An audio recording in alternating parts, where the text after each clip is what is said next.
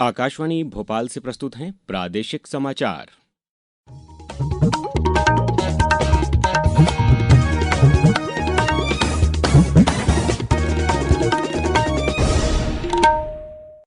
नमस्कार, समाचारों के साथ मैं अभिषेक कटियार। सबसे पहले इस बुलेटिन के मुख्य समाचार। प्रधानमंत्री नरेंद्र मोदी आज केरल के दौरे पर तिरुवनंतपुरम में 4 नई रेल सेवाओं और पीएम स्वनिधि क्रेडिट कार्ड की करेंगे शुरुआत। मुख्यमंत्री डॉक्टर मोहन यादव दावोस की सफल यात्रा के बाद आज लौट रहे हैं स्वदेश। जबलपुर में केंद्रीय मंत्री जेपी नड्डा के साथ कई कार्यक्रमों में होंगे शामिल। धार में बसंत पंचमी पर आपसी सद्भाव और शांति के साथ संपन्न होगी पूजा अर्चना। प्रशासन ने किए सुरक्षा के कड़े इंतजाम। और ओलंपिक पदक विजेता पीवी सिंधु और लक्ष्य सेन ने इंडोनेशिया मास्टर्स के क्वार्टर फाइनल में जगह बनाई।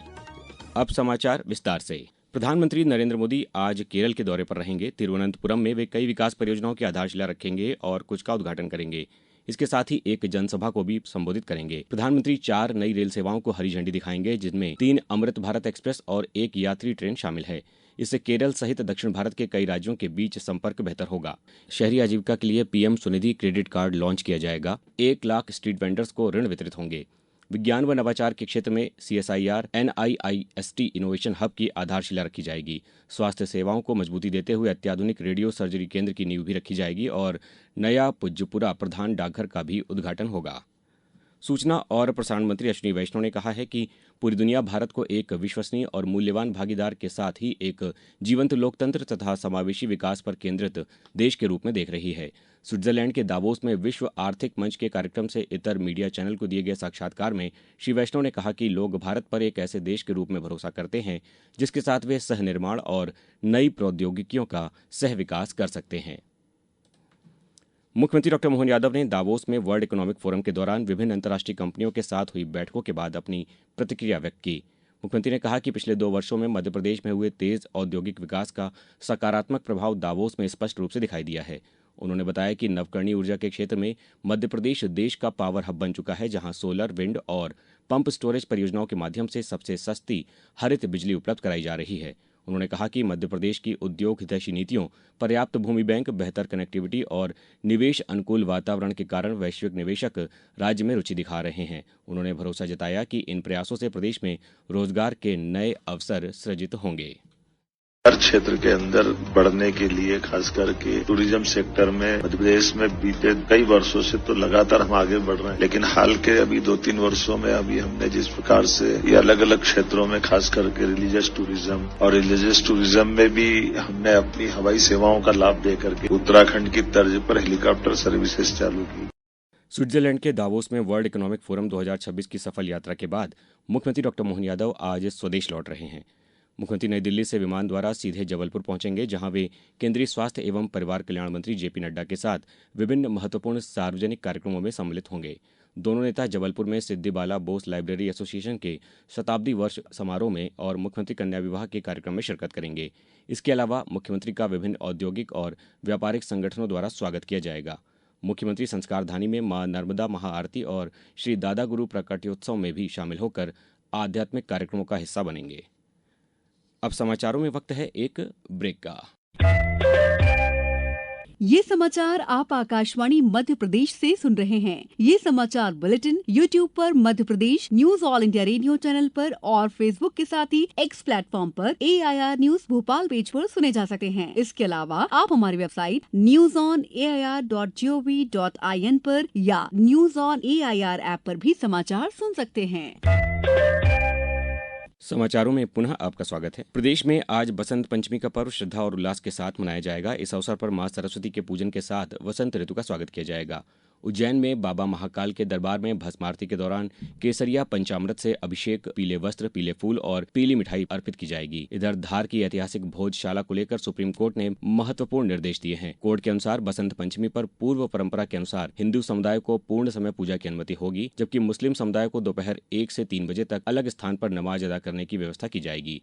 जिला प्रशासन को कानून व्यवस्था बनाए रखने के लिए पास जारी करने सहित सभी आवश्यक कदम उठाने के निर्देश दिए गए हैं। सभी समुदायों से शांति और आपसी सहयोग बनाए रखने की अपील की गई है। कलेक्टर प्रियंक मिश्रा ने बताया कि पूरे शहर और जिले में पुलिस बल और त्वरित कार्रवाई बल की तैनाती की गई है। पहला और आखिरी ऑब्जेक्टिव जो है वो जिला प्रशासन का है कि कानून व्यवस्था की स्थिति निर्मित नहीं होनी चाहिए। दोनों समुदाय से माननीय उच्चतम न्यायालय ने भी सहिष्णुता, सामंजस्य और आपसी भाईचारे के साथ प्रशासन का और राज्य शासन का सहयोग करने की अपील की है। जिला प्रशासन ने दोनों पक्षों को बुलाया, उनको कोर्ट के भावना से कोर्ट का जो निर्णय है उसके एक शब्द से अवगत कराया। ये भी स्पष्ट है कोर्ट के आदेश से कि दोनों ही समुदाय की जो पूजा का जो समय है, चाहे वो नमाज 1 से 3 हो, चाहे बसंत पंचमी का पर्व हो, निर्विघ्न और सेपरेट रखना है।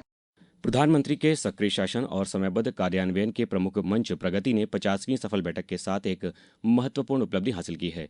प्रधानमंत्री नरेंद्र मोदी ने इस पहल को वर्ष 2015 में शुरू किया था। इसके बाद से प्रगति ने प्रधानमंत्री की सीधी समीक्षा के माध्यम से प्रमुख अवसंरचना परियोजनाओं और जन शिकायतों की वास्तविक समय में निगरानी तथा समाधान को सक्षम बनाकर शासन व्यवस्था में परिवर्तन किया है। इस विशेष श्रृंखला में आज बात अहमदाबाद मेट्रो रेल परियोजना के बारे में। अहमदाबाद मेट्रो रेल परियोजना का प्रथम चरण गुजरात के सबसे बड़े महानगर क्षेत्र में सतत शहरी परिवहन की दिशा में एक महत्वपूर्ण उपलब्धि है। यह परियोजना 40 किलोमीटर लंबी है, जिसका स्वीकृत लागत 12,924 करोड़ रुपए है। इस परियोजना की पहली समीक्षा 25 अप्रैल 2018 को प्रगति तंत्र के अंतर्गत की गई थी, जब परियोजना प्रारंभिक चरण में थी और प्रगति लगभग 25% थी। प्रधानमंत्री नरेंद्र मोदी के स्पष्ट दिशा निर्देशों से विभिन्न एजेंसियों के बीच समन्वय मजबूत हुआ, जिससे भूमि अधिग्रहण, पुनर्वास और पुनर्स्थापन तथा बाह्य वित्त पोषण से जुड़े मुद्दों पर प्रभावी कार्रवाई संभव हो सकी। 23 दिसंबर 2020 को हुई प्रगति समीक्षा तक परियोजना की प्रगति बढ़कर लगभग 62% हो गई, जो बेहतर समन्वय और कार्यान्वयन संबंधी समस्याओं के समाधान का परिणाम थी। इसके बाद गुजरात सरकार ने भूमि हस्तांतरण और पुनर्वास कार्यों में तेजी लाई। प्रधानमंत्री द्वारा 30 सितंबर 2022 को परियोजना का उद्घाटन किया गया और अक्टूबर 2022 की शुरुआत में इन्हें आम जनता के लिए खोल दिया गया। शेष खंडों के पूर्ण होने के साथ ही अहमदाबाद मेट्रो का प्रथम चरण का पूरा नेटवर्क अब पूरी तरह से परिचालन में है।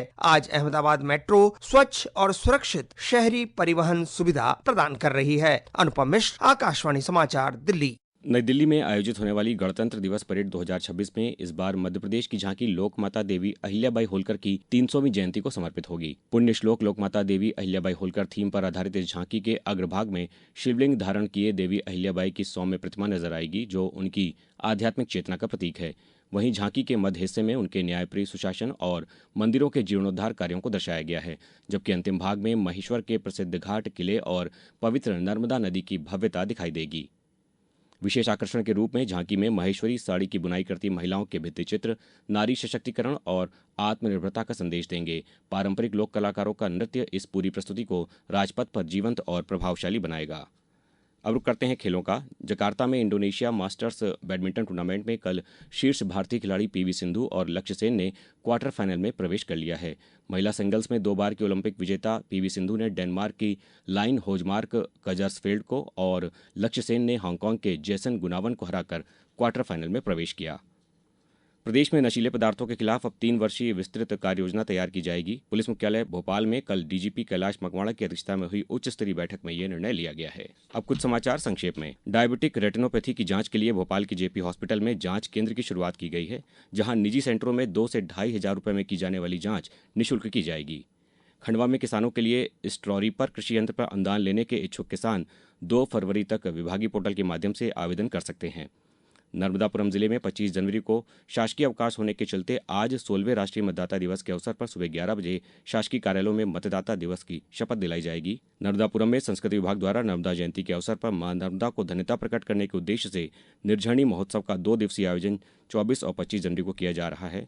और अयोध्या में प्रभु श्री रामलला के विराजमान की दूसरी वर्षगांठ के अवसर पर कल मुखर्जी नगर कोलार स्थित डॉक्टर श्यामा प्रसाद मुखर्जी स्टेडियम में राम मंदिर की प्रतिकृति प्रदर्शनी का आयोजन किया गया। इस बुलेटिन में बस इतना ही। अगला बुलेटिन सुनिए दोपहर 2:10 पर। नमस्कार।